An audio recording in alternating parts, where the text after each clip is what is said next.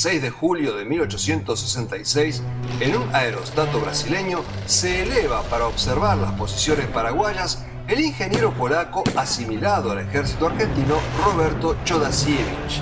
De esta manera, se constituye en el primer militar argentino y de toda América Latina que se elevaba en un globo. 1907. Aarón de Anchorena, deportista y diplomático, regresaba de Europa trayendo con él un globo adquirido en París de 1.200 metros cúbicos. Lo bautiza Pampero. 25 de diciembre de 1907. Aarón de Anchorena y su amigo el ingeniero Jorge Newbery realizan la primera ascensión del Pampero. Se elevaron desde la Sociedad Sportiva Argentina, el globo cruzó el Río de la Plata y descendió en la zona de Conchillas en la República Oriental del Uruguay. 13 de enero de 1908, se crea el Aeroclub Argentino, primera entidad aérea de nuestro país. El 17 de octubre de ese año, el Pampero se eleva llevando a bordo a Eduardo Newbery y al sargento Eduardo Romero. Lamentablemente, en las primeras horas de la noche, el viento lo arrastra hacia el medio del río y nunca más se volvió a saber de ellos ni se encontraron los restos del globo. Se convirtieron de esta manera en los primeros mártires aeronáuticos argentinos.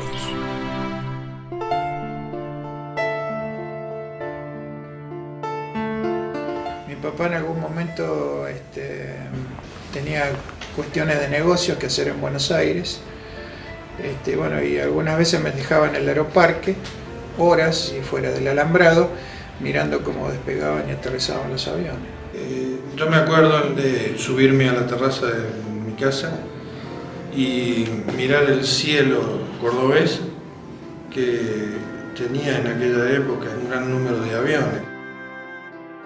Armar aviones, hacer aeromodelismo, todo eso era lo que creo que en los chicos despertaban cierta vocación, ¿no? Yo tuve la suerte de que cuando yo nací mis padres vivían muy cerca de un aeropuerto, que es el aeropuerto Sauce Viejo, y la ubicación que tenía la casa de mis padres, cuando yo era muy chico, los aviones la sobrevolaban en sus operaciones de despegue y aterrizaje.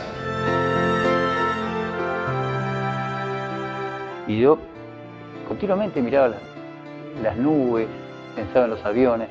Yo tendría 4 años, 5 años, no me acuerdo qué edad tenía, pero vi del Villiquen que había un pasajero en un avión mirando por la ventanilla a una nube y la veía de costado, porque yo siempre la había mirado de abajo, pero decía, podemos estar en un avión, el avión te permite estar mirando de igual a igual a una nube, ¿no? Y fue algo sorprendente que me maravilló.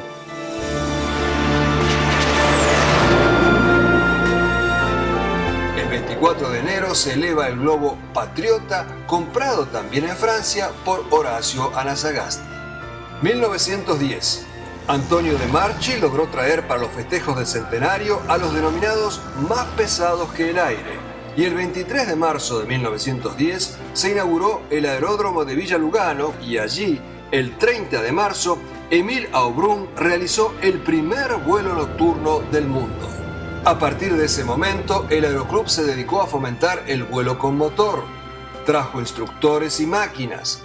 Apenas iniciado el mes de julio de 1910, Jorge Newbery, Carlos Goffre, Florencio Parravicini, Hermann Hensch y Carlos Roth recibieron sus brevets de vuelo.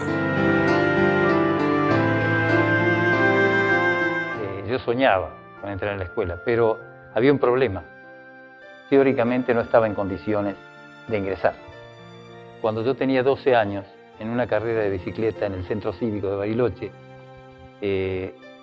estábamos dando la vuelta alrededor de la plaza que está en el Centro Cívico, y cuando hice el viraje frente a las 2 arcadas que hay, en ese viraje, no recuerdo si toqué la otra bicicleta o qué pasó, pero caí y rodé por el asfalto y tuve un accidente terrible, ¿no?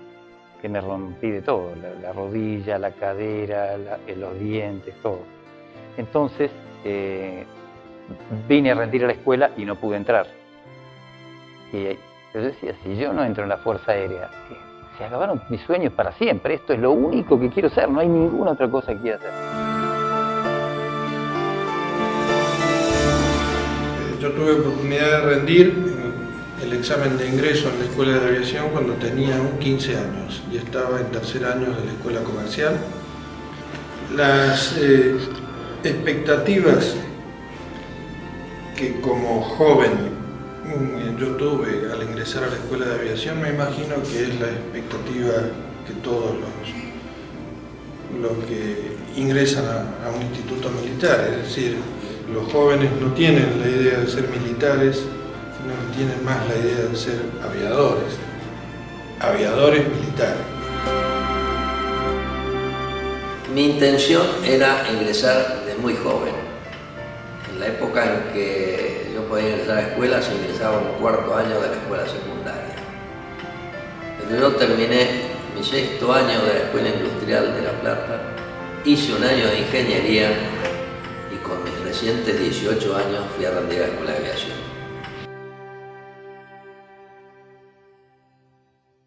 El 10 de junio de 1912, el presidente Roque Sáenz Peña firma el decreto por el cual se crea la Escuela de Aviación Militar. El lugar donde se instalaría el nuevo instituto se llamaba El Palomar.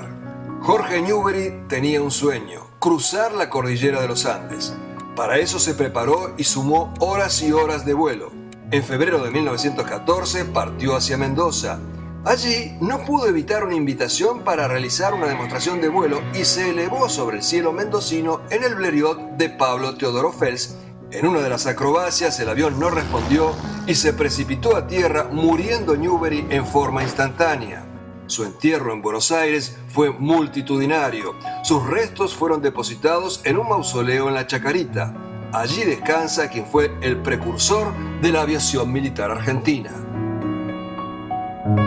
Mi padre fue militar de la Fuerza Aérea Argentina, cursó la carrera de suboficiales y indudablemente todo aquel que tiene un familiar que está vinculado, que está relacionado a la fuerza, esta genera una especie de atracción o se forma una familia grande que motiva muchas veces continuar o seguir con una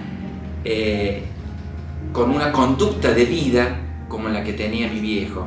Entonces lo pensé en reiteradas oportunidades, si era lo que yo quería, y dije que iba a ver si tenía la capacidad de poder ingresar, porque indudablemente se rendía un examen que era muy estricto, después había una entrevista personal y aparte había un cupo determinado de profesionales médicos que ingresaban a la fuerza. Éramos mucha cantidad de aspirantes, había más de 1500 y se entraba sistemáticamente con 100 vacantes. Yo quedé ahí nomás en la puerta, 107 o 108, no me acuerdo cuál era, y no tuve oportunidad de entrar en el primer año. Pese a que mi familia no me presionaba, pero me sugería que podía seguir otra carrera u otra cosa, yo hice, entre ese momento trabajaba para ayudar a mi familia, porque es una familia que no es demasiado pudiente, trabajaba para mi familia, pero siempre dejaba ese lugarcito, digamos, de probar, aunque me desilusionara, pero tenía que probar a ver cómo era. Al año siguiente vine y mi padre lo conocía al brigadier García Reynoso, director de la escuela. Entonces dice, mira, le digo, papá, ¿qué puedo hacer? Y él me dijo, llévale una carta y habla con él. Entonces una carta de mi padre y me presenté en la guardia, vengo a ver al brigadier García Reynoso. Yo no sabía si me iba a recibir y dice, sí, está en la casa, ya lo llamaron y dice que pase. Pasé, era un hombre de bigotito finito, mediana estatura, muy educado, muy respetuoso. Me hizo sentar, ¿qué le pasa? ¿Qué necesita? Mire, traigo esta carta de presentación de mi padre, el sueño de mi vida, de ser oficial de la Fuerza Aérea Argentina, pero no puedo serlo. ¿Por qué? Porque tuve un accidente que me cortó los sueños. Bueno, dice, vamos a hacer una cosa. Si usted saca por encima de 8.50 de promedio, no me acuerdo el promedio exacto, pero por encima de tal promedio, yo me voy a olvidar de los problemas que usted tiene. El examen de ingreso en la Escuela de Aviación me fue bien e ingresé a la escuela en el año 1962 con 16 años recién cumplidos. En aquel año, en el año 80, ingresamos nada más que 15 profesionales médicos. Yo tuve la suerte de estar dentro de esos 15. Me fui a Bariloche, quedé esperando. Un día sonó el teléfono y me llamó, me dice, habla Brigadier García Reynoso, tal día se debe presentar en la escuela. En 1919, Francia dona al país 3 aviones, un Spad-12 y 2 Nieuport, y se designa a los renombrados pilotos Sani, Parodi y Matienzo para intentar el cruce de la cordillera. El 28 de mayo hicieron el intento, pero una falla de motor obligó a Parodi a desistir. Sani despegó en pos de la hazaña junto a Matienzo. Un fuerte viento obligó a Sani a regresar, pero Matienzo no advirtió el regreso de su compañero. Continuó solo. Recién se supo de él el 19 de noviembre de ese año, cuando su cuerpo fue hallado cerca de las cuevas. El lapso entre los años 1920 y 1930 estuvo marcado por grandes eventos aeronáuticos y récords, en que la aviación argentina estuvo entre las primeras del mundo, asombrando a todos. 1927 es un año clave. Se crea en Córdoba la Fábrica Militar de Aviones, siendo su director Francisco de Arteaga. En 1928 se produjeron los primeros aviones, los Avro 504. Cuando nosotros estamos estudiando en la escuela, bueno, desde el comienzo, las especialidades que son caza, transporte y helicóptero son lo más difícil y que no solo que era difícil, sino que era lo que a uno le gustaba también, era donde había que poner justamente el máximo esfuerzo. Hay muchas combinaciones, suerte, estudio, que uno esté apto, en fin, son muchas cosas las que tienen que confluir. Y bueno, mis expectativas eran tripular algún tipo de avión de caza de la fuerza. En aquel tiempo estaban todas las familias de A4, A4B, A4C, estaban los Mirage que habían llegado ya en el año 72, teníamos aviones de primera línea que teníamos muchas expectativas de volar. Tanto es así que yo lo decía en broma, yo voy a volar Mirage, le decía a mis compañeros cadetes. Y ellos riéndose me decían, ¿por qué yo decía eso? Bueno, porque los que los están volando durmieron en esta cama, tuvieron el mismo banco en la escuela y estuvieron en esta misma aula.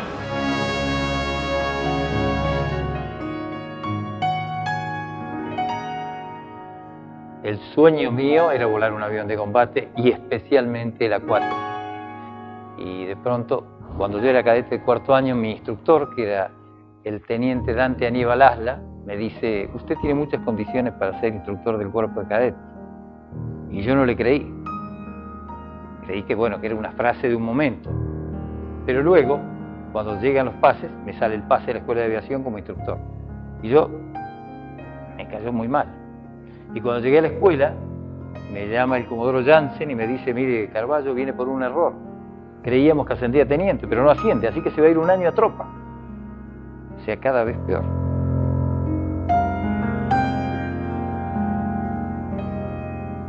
Los pilotos de Canberra, los pilotos de C-130, los pilotos de A4, tenían la impronta de las unidades. Es decir, cada piloto de A4 llevaba implícito la impronta que le da la escuela de caza y lo que le da la pertenencia a pertenecer a la quinta brigada aérea, la esencia del cazador, del cazabombardero. Lo mismo el piloto o el navegador del C-130 lleva esa riqueza de tradiciones y la mística de la unidad. Yo no tenía unidad que me formó en el combate. Yo sí tenía la mística del cuerpo de cadetes. Y mientras estaba allí pensando y de pronto dije, pero yo no dije que venía a servir. O sea que yo sirvo solamente cuando me mandan a donde me gusta. Y dije, voy a tratar de ser el mejor instructor de tropa de la Fuerza Aérea. Gracias a Dios, a mí se me cumplió el sueño pude acceder a los cupos que había para estudiar la aviación de caza y bueno, se me dio y después la verdad que se me fueron cumpliendo esos pequeños sueños, esos pequeños pasos que había que ir dando, ¿no? Fui seleccionado para ir a la 4ª Brigada Aérea a Mendoza a hacer el curso de caza bombardero y luego fui seleccionado para venir acá a la 5ª Brigada Aérea a volar a 4B. Bueno, transité mi carrera en distintas unidades y por obra del Señor no fui piloto de combate, sino que desde chiquitito fui transportero. Esos 2 años, o sea, el año del CAM y el año del curso de caza, volamos mucho, volamos con Mentor y con Morán, y nos dio una buena experiencia en cuanto a todo lo que era procedimientos para el combate. Finalizado eso, nos salió el pase destinados a la 5ª Brigada Aérea en Villa Reynolds. Y cada vez que tenía tiempo libre, pedía un avión y me iba a Reynolds. Llegaba a Reynolds, iba a ver al jefe de unidad, señor, me presentaba, quiero venir a esta unidad. Iba al jefe de grupo, señor, quiero venir a esta unidad. A los jefes de cuadrones, quiero venir a esta unidad. Los jefes de cuadrillas, los volvía locos. Iba siempre. Y un día me puse el pañuelo amarillo del halcón. El general Edelmiro Farrell, presidente de facto a cargo del Ejecutivo, será quien firme los decretos del nacimiento de la nueva Fuerza Armada con la que contará para su defensa nuestro país. El 4 de enero de 1945 nace oficialmente la Fuerza Aérea Argentina. La Fuerza Aérea se moderniza rápidamente. El impulso lo recibe del pago por la deuda que Gran Bretaña tenía con nuestro país luego de la Guerra Mundial.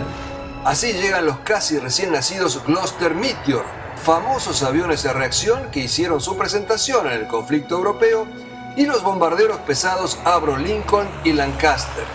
La Fuerza Aérea se convierte en la más importante de América al poseer aviones de reacción al igual que los Estados Unidos. En la segunda parte de la década del 40 y la primera etapa de la década del 50, con los gobiernos del general Juan Domingo Perón, el impulso que recibirá la aeronáutica sería sorprendente. Los proyectos de fabricación de aviones de reacción se coronan con éxito al presentar en sociedad al Pulqui y el Pulqui 2. Estaba durmiendo y mi señora me empezó a sacudir y me decía, Pablo, recuperamos las Malvinas. Para mí fue una tremenda alegría, pusimos la radio, era una fiesta en mi casa, ¿no? Y esa mañana nos turnábamos con mi compañero Pepe Ardile en los autos que teníamos. Él tenía un viejo Dodge 1500 y cuando encendimos la radio nos enteramos, yendo para la brigada, que se había realizado la operación Rosario en Malvinas. Desde el 2 de abril en adelante anidó en mí la idea, las ganas, la efervescencia de estar en Malvinas. Yo tenía que estar en Malvinas. Le rezaba para estar en Malvinas. Leía el Halcón Negro, una historieta, un cómic, con un piloto que tenía un halcón en su uniforme, un pañuelo amarillo y un halcón pintado en el fuselaje de su avión, y fui a la guerra con un pañuelo amarillo, un halcón en mi brazo y un halcón pintado en el avión. Ya habíamos tenido previamente eventos con Chile y con otros temas, por ende ya las fuerzas estaban muy adiestradas para el combate o la preparación para el combate. El día 6 de abril me convocaron del escuadrón Hércules para integrar una tripulación de C-130 y el día 7 fui trasladado a Comodoro Rivadavia y a partir de ese momento integré el escuadrón C-130. Y ese domingo estaba en mi casa cortando el pasto de mi jardín. Mi madre y mis hermanos habían ido a misa, de las misas de las 5 de la tarde en nuestra parroquia del barrio. Yo vivía en Carlos Paz. Y levanto la vista y veo la camioneta de la escuela de suboficiales Y ahí tengo la primera impresión y la primera imagen de que se estaba por cumplir el sueño. Cuando se baja el suboficial conductor, no sabía cómo decírmelo y le dije, dígamelo, señor, se va a Malvinas. Eso fue para mí, el corazón me estalló, fue la cosa más linda que recuerdo.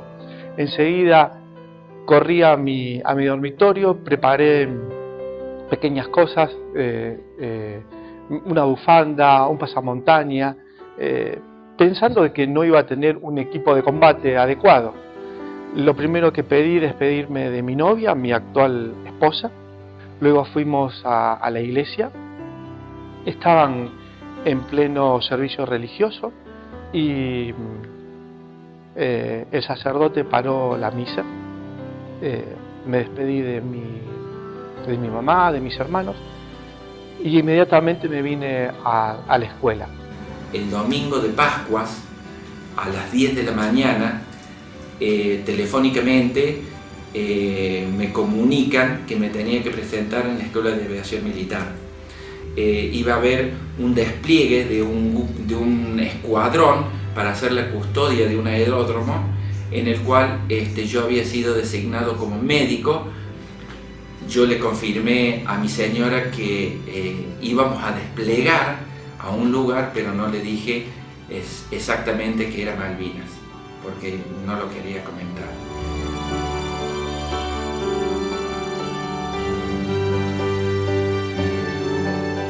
El 2 de abril de 1982, mediante la denominada Operación Rosario, se recuperan las Islas Malvinas. La reacción británica fue instantánea.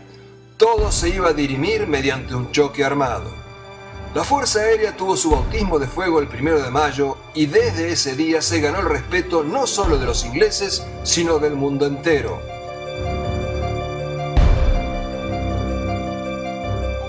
Mi sorpresa fue cuando yo ya había tocado pista el avión, estaba muy oscuro, comienzo a caminar dentro del avión hasta la zona de la compuerta trasera del Hércules. Y lo primero que hago, me arrimo al borde con mis cosas y bajo del avión. Empecé a mirar todo oscuro, estaba como queriendo amanecer y tenía esa incertidumbre, ¿de dónde estaba? Hasta que pregunté y me dice un hombre que ni sé quién era porque estaba muy abrigado y me dice, estamos en la isla Soledad, Puerto Argentino. Esa noche del día 30 de abril nos trasladamos a la famosa escuelita que se le llamaba en Darwin, donde se alojaba la mayor parte del personal. Y se nos dice de que necesitaban voluntarios, 2 por especialidades, para hacer guardia en lo que era el campo donde aterrizaban los aviones, donde operaban los Pucará. Y bueno, y en este caso nos hicimos señas con otro compañero, como diciendo, no, vamos. Aquel primer día de mayo nos habíamos distribuido el doctor Miranda junto con el suboficial Pérez, que era el enfermero, estaban destinados en la pista donde estaban operando los Pucará, que iban a realizar unas misiones en horas muy tempranas. Después nos enteramos cuando amanece de que había sido el primer bombardeo en Puerto Argentino. Y se da la orden de que salga un avión a hacer un vuelo de reconocimiento hacia Puerto Argentino. Va a salir por entonces Capitán Gruner.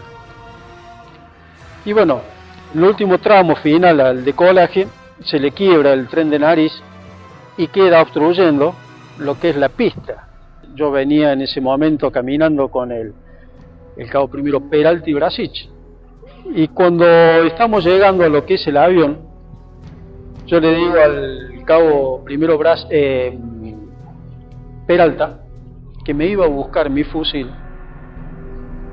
porque dado la distancia que iba a tener los aviones, que los teníamos dispersos ahí, por lo menos quería tener algo para defenderme de tierra. Y en eso que entro a la carpa, bueno, nos avisan de que venía un ataque aéreo.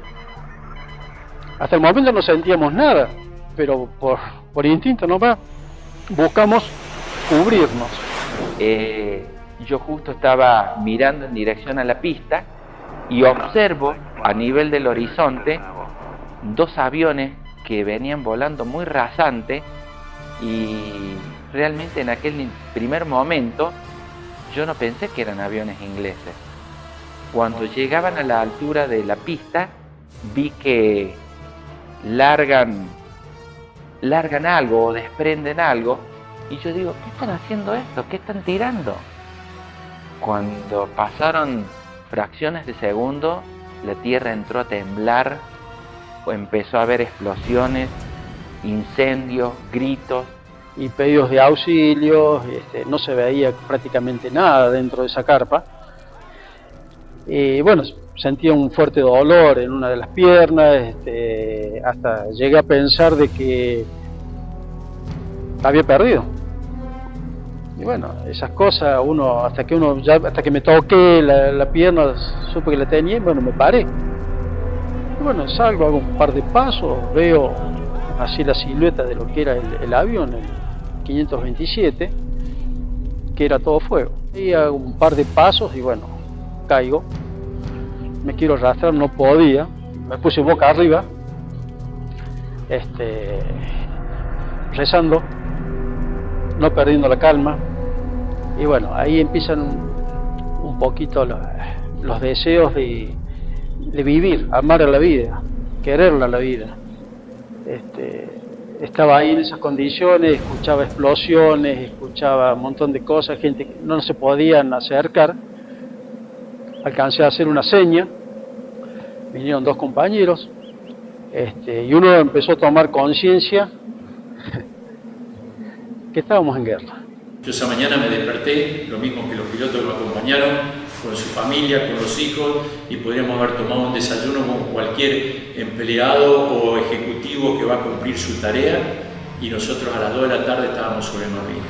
Vivíamos una serie de momentos de mucha incertidumbre, de sirenas que anunciaban un próximo ataque, que generaban en nosotros un estrés muy grande, porque eran todas situaciones nuevas, todas experiencias nuevas, y que indudablemente vos lo ibas asociando a que vos podías vivir una situación próxima de muerte y que esa vez te podía tocar a vos.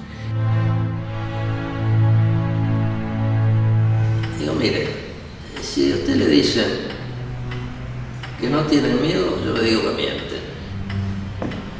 Porque como seres humanos, yo tengo miedo, mi tripulación tiene miedo, pero nos acostumbramos a vivir con el miedo. Es decir, es como el callo que se hace en el hueso cuando uno se quiere o no, a veces duele. Es más, el miedo hace a la supervivencia, el miedo hace que la noche no sea tan oscura, el miedo hace de que todas las medidas de mimetizado sean las correctas. Los momentos previos a una salida son obviamente, si te digo que son de alto estrés, a lo mejor me quedo corto porque es una situación donde tenemos que preparar, planificar una misión, sabemos que vamos a ir a un objetivo y a un lugar donde nos van a tirar, sabemos que tenemos posibilidad de no regresar. Yo estaba seguro que iba a morir, porque yo decía, no puede ser, hay gente que llegó, hizo dos misiones, 3 misiones y cayó. Y hubo gente que cayó el primer día de combate. Y yo salí en una misión, explotó un misil debajo de mi ala. En otra misión me pegó una esquirla en un ala. En otra misión me pegaron en 6 lugares diferentes del avión. En una de esas misiones murió Guadagnini estrellado contra la fragata yendo conmigo. En otra misión derribaron a Velasco. Yo decía, no puede ser que yo tenga tanta suerte. Y aparte iba saliendo en las misiones todo eso y volvía y decía, voy a morir. En la hora de regreso, todos mirábamos hacia el naciente, que era para el lado del mar, y la 4 cuando extendía el tren de aterrizaje se prendía la luz. Entonces, en razón de eso, más o menos por ahí nosotros distinguíamos si venían todos, si no venían, y así sucesivamente. Y bueno, cuando aterrizaban, Era una alegría si volvían todos y una tristeza para todos de que no regresaba nadie. Cuando bajaban nos abrazábamos, había veces que llorábamos y bueno, pero lo nuestro tenía que seguir adelante. Era un momento, unos segundos de tristeza, pero había que seguir adelante. Siempre digo que mi guerra fue muy particular, como la guerra de los otros POAs. Ser POA es ser una especie de soldado clandestino. Vivíamos como podíamos, donde siempre las cosas elementales de la vida cotidiana las dejábamos de lado. Cuando nos miramos a la cara cada uno de los integrantes de Sanidad, realmente se veía reflejado una sensación de ansiedad, de miedo, de incertidumbre, y que teníamos una expectativa de que no sabíamos qué es lo que iba a pasar. Que en ese momento lo único que nosotros pensábamos es que teníamos que cumplir nuestro rol, nuestra tarea, y que la teníamos que tratar de hacer de la mejor forma. Cuando salía y pegábamos en el casco, una vez que ya tenía colocado el casco, y le deseábamos suerte y que regresara.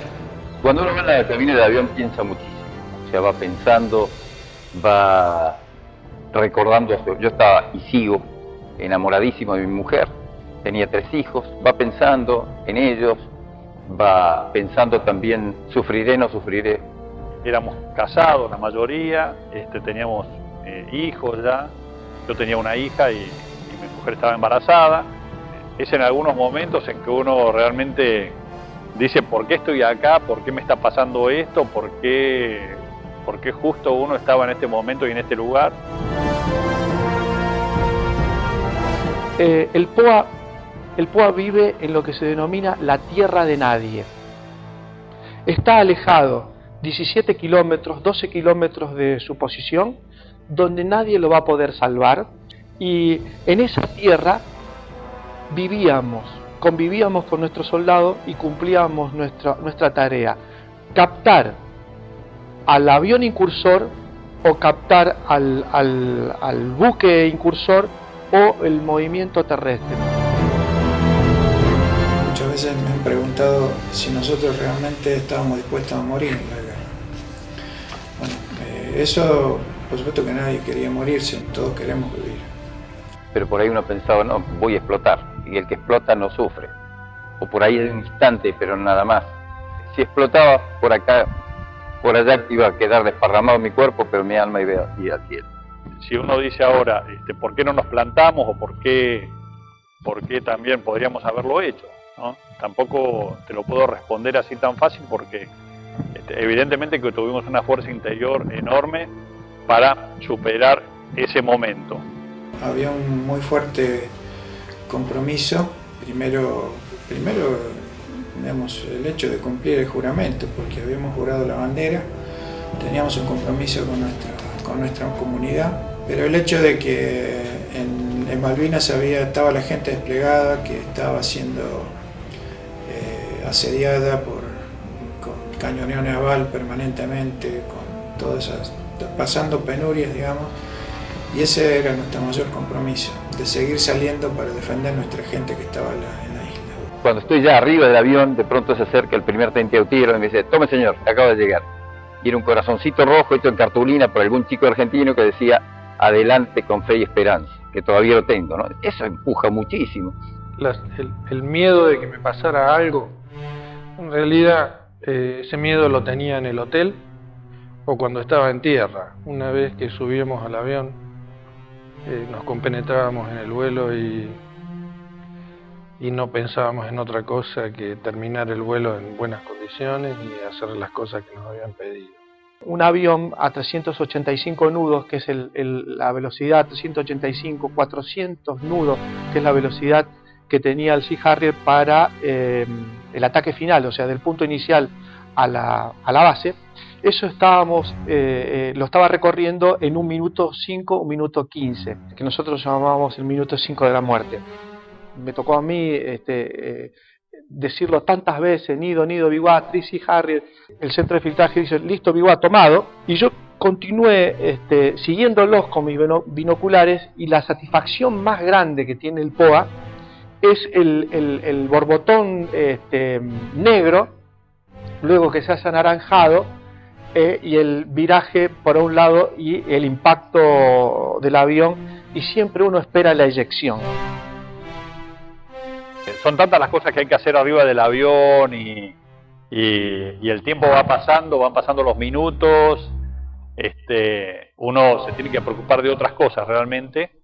Prácticamente uno se transforma como que uno se cree más poderoso, ¿no? Más poderoso porque obviamente que está volando un avión poderoso con bombas y cuya conclusión es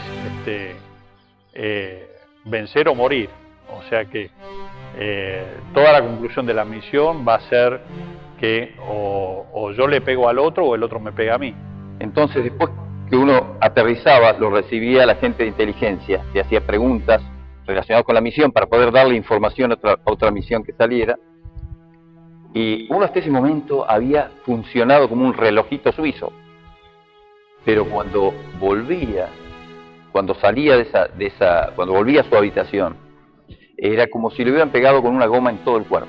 Era un cansancio atroz, un dolor, pero con todos los músculos como agotados, ¿no? Era toda la adrenalina que estuvo fluyendo por todo el cuerpo. Había muchos sentimientos encontrados. El primer sentimiento es: me queda un día y medio vivo. O sea, vuelvo todo lo que queda el día de hoy, y como mañana combate el otro escuadrón, me queda todo esto y el día siguiente vivo. Y hay una misión muy importante nuestra, que es la del 25 de mayo, que es el ataque a Coventry y Broadward.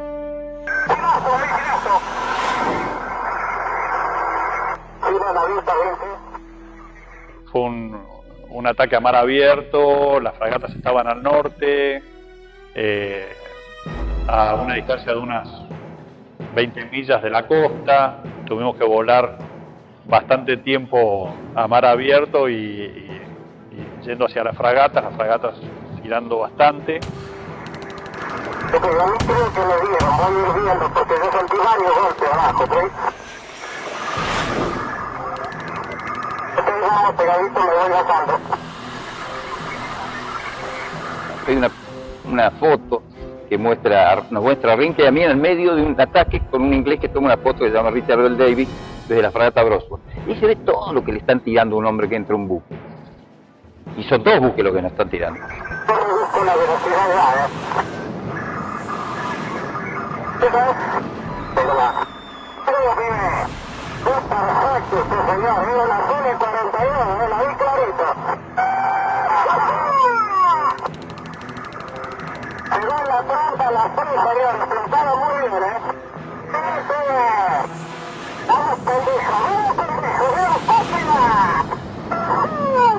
Salieron las tres, y las tres pegaron la forma de un señor, y la forma 41, la vi clarito, A ver cómo se toca sota.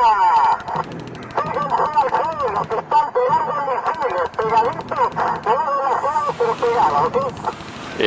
En los relatos posteriores o las crónicas posteriores de los mismos ingleses, programas de televisión, investigaciones que han hecho, uno se entera muchos años después qué es lo que pasó en ese momento y por qué no nos pegaron con artillería. Y básicamente hay un problema que tienen ellos con el software de un radar que se les traba en ese momento. Después se cruzan entre las dos fragatas en plena maniobra, por lo tanto una que se había reseteado no pudo tirar, y eso nos dio la posibilidad prácticamente de entrar, avanzar y poder tirar sin sufrir daño.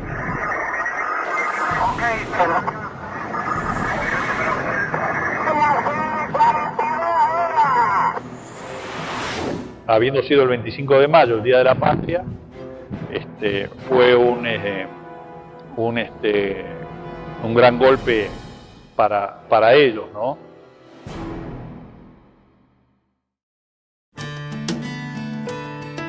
Y bueno, cuando llegaban los Hércules con todo ese material que teníamos que descargarlo, bueno, lo bajábamos con ayuda de máquina y a mano, más que todo, y los íbamos juntando al lado del mástil que está.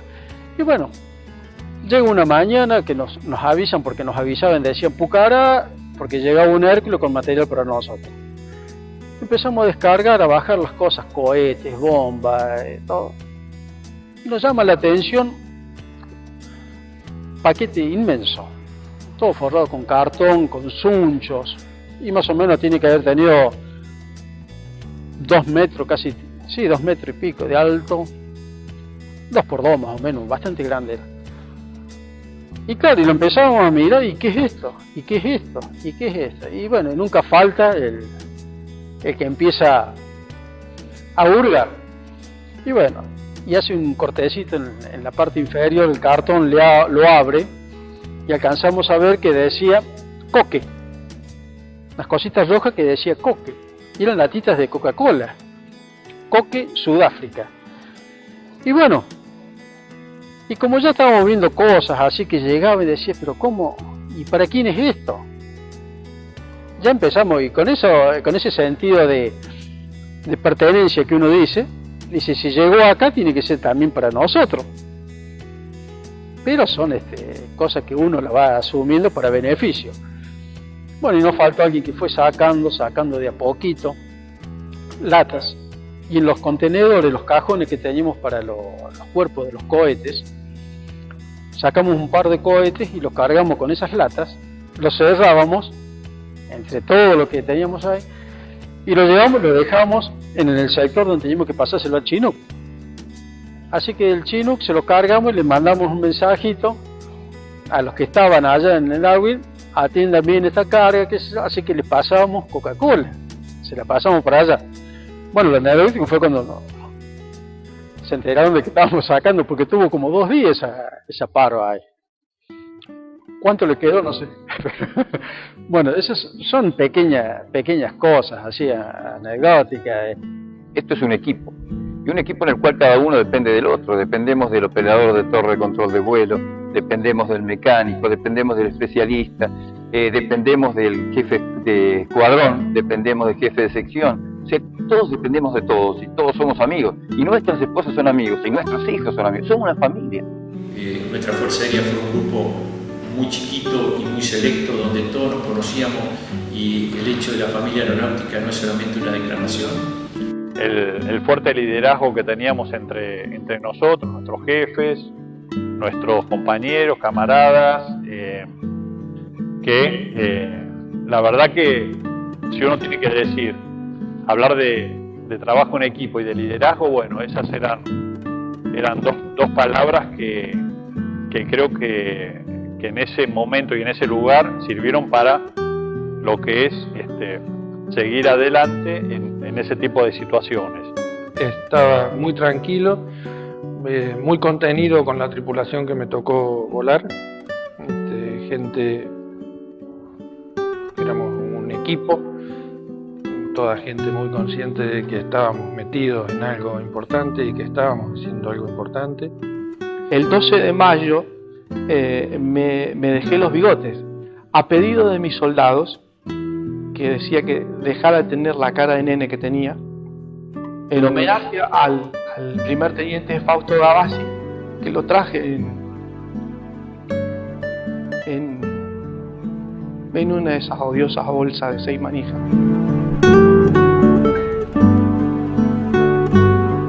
Por desgracia también me toca al primer teniente Gavassi, y él me decía que iba a tratar de volver con gloria. Desgraciadamente no volvió, y yo lo lamenté muchísimo y lo sigo lamentando. Entonces era un ponerse a pensar, recordar. Yo me acuerdo cuando, por ejemplo, las 2 veces que me tocó que cayera un hombre yendo conmigo, porque no solo caían de otras escuadrillas, sino cayendo conmigo, iba conmigo. Inmediatamente uno, cuando está solo, se le aparece en la cara, no de él, de su familia. Ahí lo veo a Luciano cuando le pegan y endereza su avión, tira su bomba y se estrella contra la fragata y después le pega el bombazo. Y todo eso es demasiado grande en cuanto a entrega, porque es fácil decir y criticar pero es dificilísimo entregar la propia vida. Pepe Ardiles, de alguna manera, para mí es lo que más he sentido, digamos, de la guerra, de su pérdida, digamos, todas las cuestiones que había sufrido la familia. Traté de ayudar en lo más posible, digamos, más que con la señora, los hijos. Yo soy padrino de la hija más chica que tuvo el Pepe. Por eso siempre yo lo tengo, la foto de él en todos los despachos, porque de alguna manera lo tengo como como un consejero, como testigo, como alguien que si alguna persona yo le tengo que rendir cuentas por lo que hago en las fuerzas con él. Habían finalizado los combates en Pradera del Ganso, la guarnición militar Pradera del Ganso había caído. Lancé mi emisión al aire y fue así que el puesto Mike 7, que estaba próximo a la estancia Fitzroy, me contesta y ya tenían una orden para mí que solicitaban una evasión y escape de la zona de operaciones con un punto de recuperación en la posición Vasco. Lo único que sabíamos que teníamos que navegar hacia el este. Yo fui a la cabeza y mis soldados por detrás. Uno de ellos, coronel, sufre un esguince importante en uno de estos montículos, una especie de musgo que es como una pelota de fútbol, y hace retrasar el ritmo de marcha, que generalmente para una evasión estamos en el orden de los 6 km por hora. Me dijo que no podía seguir más, que el dolor era muy intenso, entonces decidimos hacer ahí una base de patrulla, a sabiendas que no había llegado a la posición de rescate, o sea, la posición Vasco. A las 8 de la mañana emití nuevamente. Yo sabía que no debía emitir porque el VHF-FM es muy traqueable por los equipos que tenía el SAS nos buscaba, y el Mike 7, que estaba en Fitzroy, se alegra que primero estemos vivos, que no nos hayamos muerto de frío en la evasión, y me contesta que ya tiene el helicóptero en su posición, o sea, ya estaba el Hotel 85, un Bell 212 posado en Mike 7 para iniciar el asalto, y nosotros descubrimos que despegaron 2 Siquín de Pradera del Ganso hacia la posición nuestra. Cuando los Siquín vemos que cambian de rumbo, se dirigen más hacia Darwin, aviso que los Siquín se van hacia el norte, y en ese momento escucho como Mike 7 me dice el Pala en camino. Malvinas tiene un silencio descomunal, la guerra hace ese silencio, y recuerdo el golpe de las palas del Bell 212 atravesando el seno de Choiseul.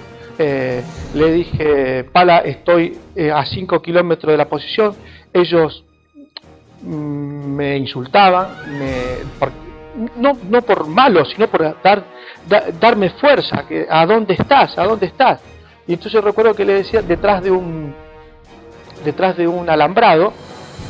Malvinas está lleno de alambrado, yo lo único que veía era un alambrado, y recuerdo que me decían: estás demasiado cerca. Ellos levantaban y estaba Pradera del Ganso.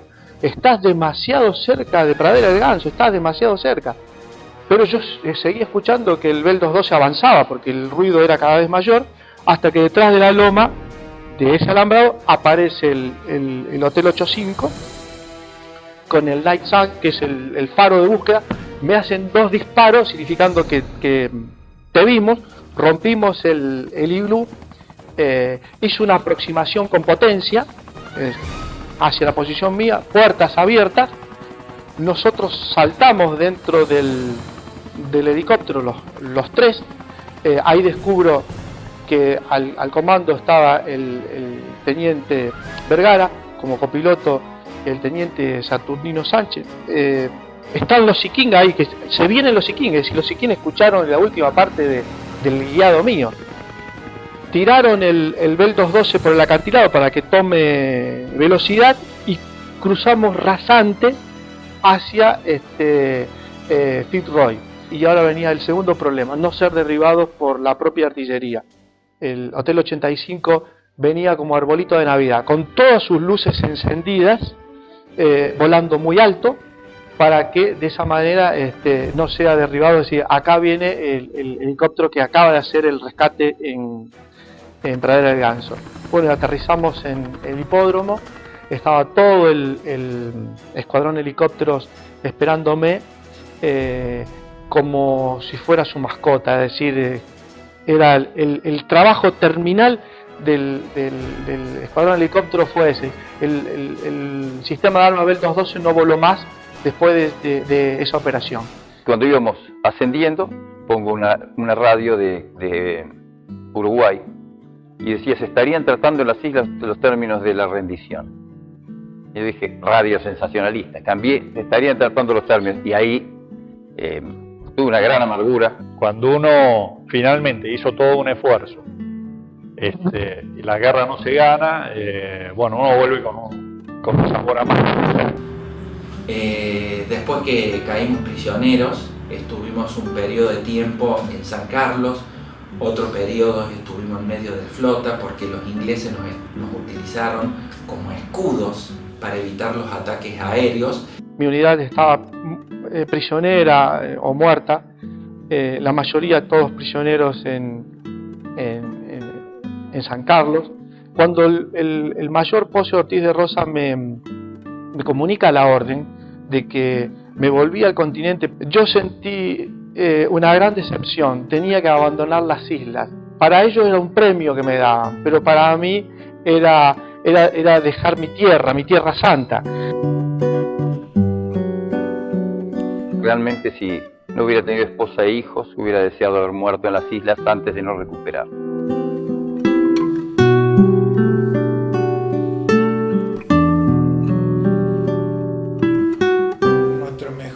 La mejor propaganda que tuvimos de la actuación de la Fuerza Aérea fue los mismos ingleses.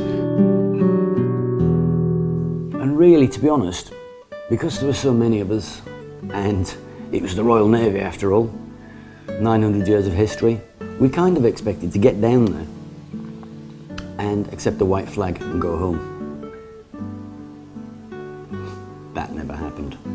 Lo que ellos nos decían de la Fuerza Aérea es que respetaban profundamente a nuestros pilotos y le tenían miedo, porque ellos no podían entender cómo era que le habían ocasionado tantos daños que ellos nunca pensaron que nuestra Fuerza Aérea pudiera ser capaz de lograr eso.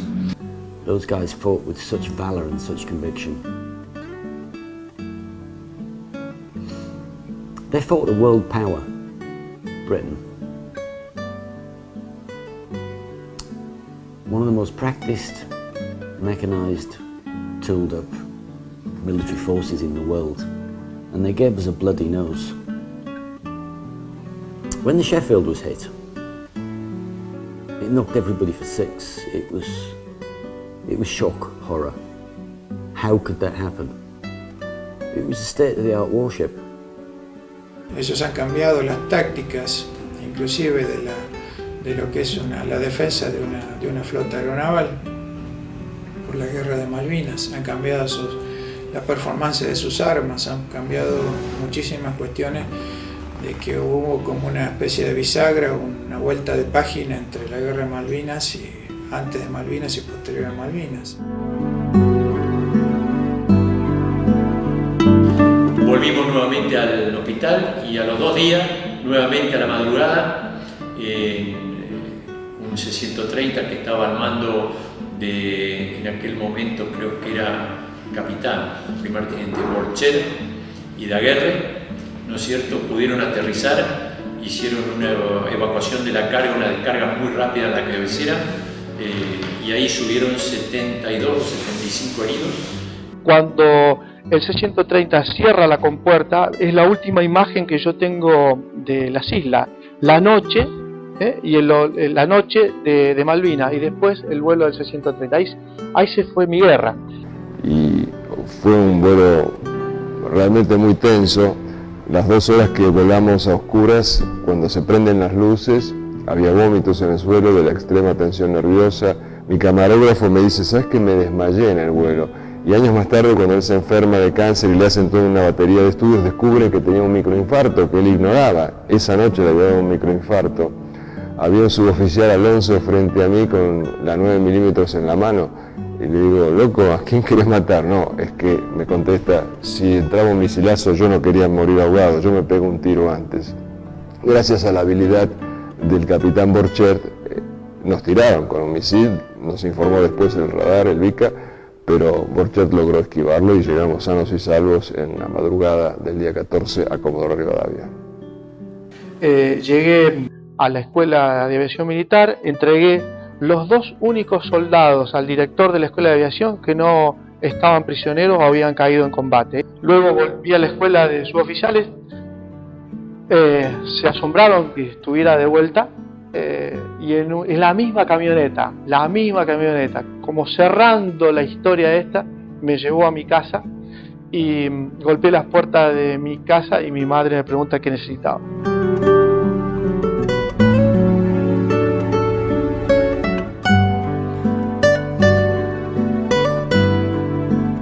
Bueno, me pregunta qué necesitaba porque no reconoció al oficial que estaba vestido de combate tocando la puerta de la casa.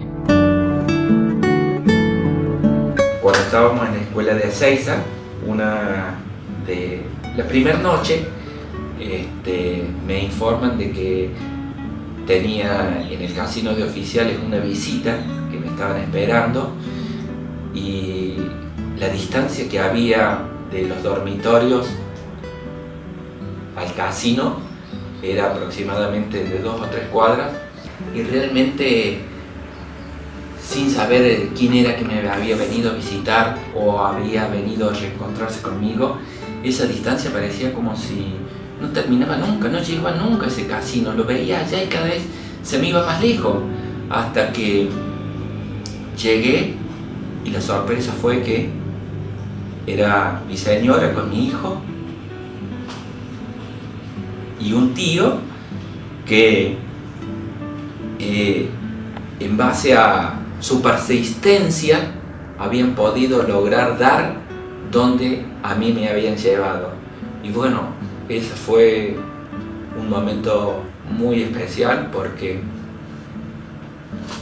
te volvés a reencontrar con los seres que más querés en la vida, que en algún momento de toda la experiencia vivida pensaste que nunca más los ibas a poder volver a ver y bueno, en un abrazo que no terminaba nunca más, tuvimos un periodo de tiempo hasta que podés comenzar a volver a hablar y tenés 1000 preguntas y 1000 cosas para decir, pero que el silencio a veces dice mucho más que todo.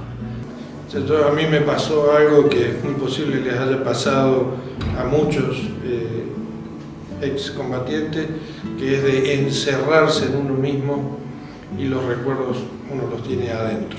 Yo empecé a hablar de la guerra muchísimo tiempo después. Y hoy sí, no tengo ningún inconveniente en hablar, en comentar cosas que me ocurrieron, pero en aquel momento fue muy importante para mí que no me preguntaran. El día que decidí retirarme de la Fuerza Aérea, un gran amigo, un oficial retirado, vino y me dijo, le voy a ofrecer, primero otro oficial me ofreció cargos y le dije, no quiero nada, yo me quiero ir a mi casa tranquilo.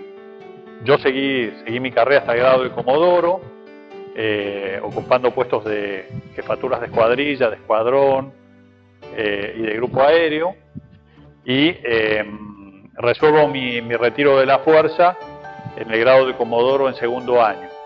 Yo tuve la suerte, después de Malvinas, un año después de Malvinas, la Fuerza Aérea me designó para ser observador militar en Naciones Unidas en Medio Oriente. Y eso me sirvió para despejarme un poco del tema de Malvinas. Fui en mediados de 1983 hasta 1985 estuve afuera. En el año 86 me retiré, pedí el retiro voluntario de la Fuerza Aérea Argentina. El día de hoy tengo muchísimos amigos con los cuales todavía me contacto, me escribo, me veo. Pero vino este hombre 2 o 3 meses después que pedí mi retiro y me dice, yo vengo a ofrecer un cargo que usted va a aceptar. Y yo dije, no lo voy a aceptar. No voy a aceptar ningún cargo que nadie me ofrezca. Y él me dijo, ¿quiere ser profesor de los cadetes de la Escuela de Aviación Militar? Sí. Porque nunca había pensado en esa posibilidad, o si lo había pensado, en ese momento no la tenía presente. Pero realmente dije, qué honor ser formador de los futuros halcones de la Fuerza Aérea Argentina, y disfruto cada día que estoy con ellos.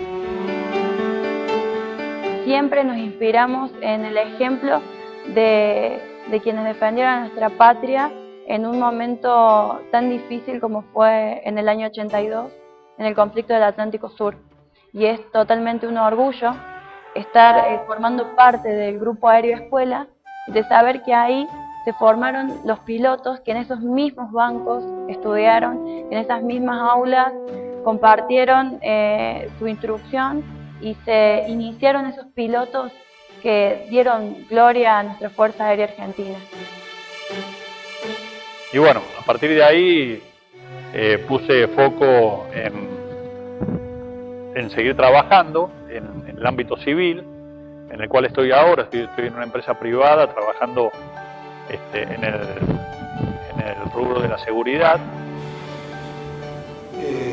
Mi vida profesional transcurrió, llegué a tener el grado de comodoro, me retiré en el año 1994 y en el año 1995 tuve la suerte de ser contratado por Naciones Unidas como funcionario para implementar un departamento de aviación que había propuesto la Fuerza Aérea.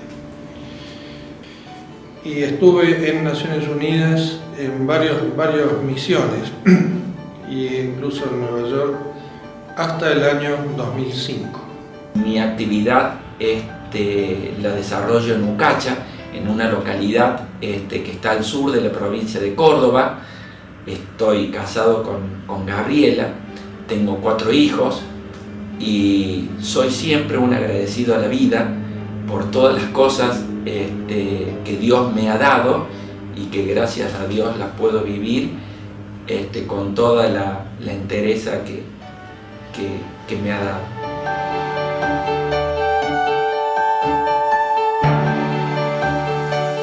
La reflexión final es que hay que seguir trabajando en la vida, dando el ejemplo a los hijos, a la familia y bueno, ayuda mucho haber sido piloto en la Guerra de Malvinas para eso, ¿no? O sea, es un legado que creo que uno puede estar muy orgulloso de dárselo a la familia y a los hijos. Nosotros siempre sostenemos de que el veterano tiene la responsabilidad y la obligación de transmitir lo que vivió, lo bueno, lo malo, hay de las dos cosas, y que mientras estemos vivos, yo creo que es la mejor manera de transmitir la historia. El día que no estemos más los veteranos, la historia se va a seguir contando de acuerdo al punto de vista de aquel que la cuente.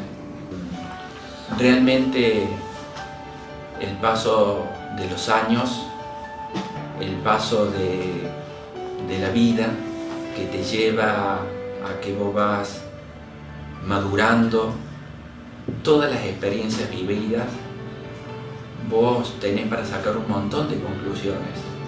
Dentro de ellas, que fuiste un elegido para vivir una experiencia de semejante magnitud, no solamente en la parte humana, sino en la parte médica, como me tocó a mí. Y uno dice, hay que ser soldado para ser héroe, hay que ser soldado para servir a la patria, y no. en todas las profesiones lo que hay que hacer es estar cerca de Dios y hacer las cosas con amor. Y eso es servir a la patria, en lo que sea, zapatero, periodista, en todo. Pero no, hay que aprender a algún día no tener vergüenza de uno mismo.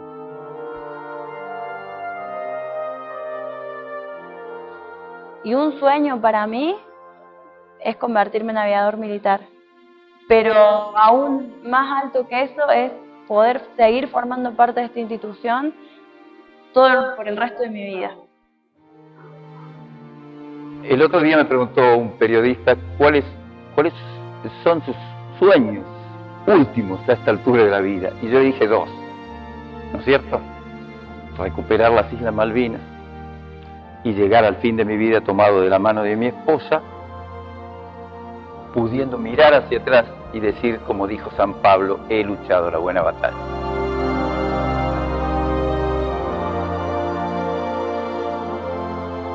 A mí me gustaría el día de mañana, y si puede ser mañana, por decirlo, poder volver a pisar Malvinas.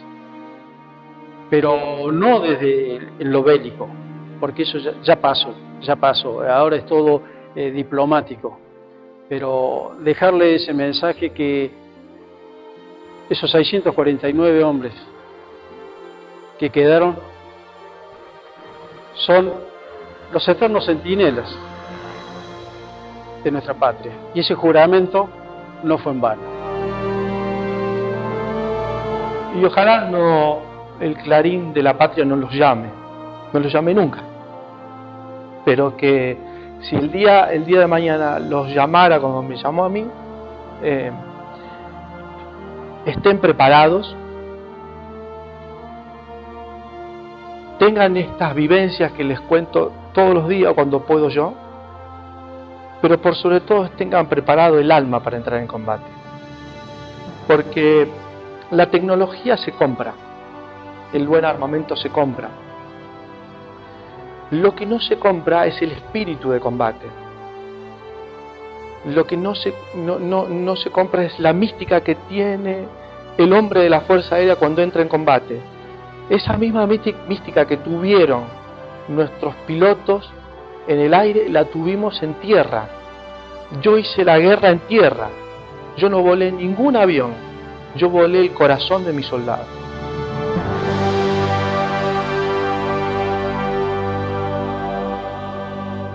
Hoy, los futuros aspirantes que cruzan las puertas de la Escuela de Aviación Militar saben que tienen una gran responsabilidad. Son los custodios de una tradición y una gloria que ellos también tendrán que escribir, porque ellos saben que allí se guardan las llaves del cielo.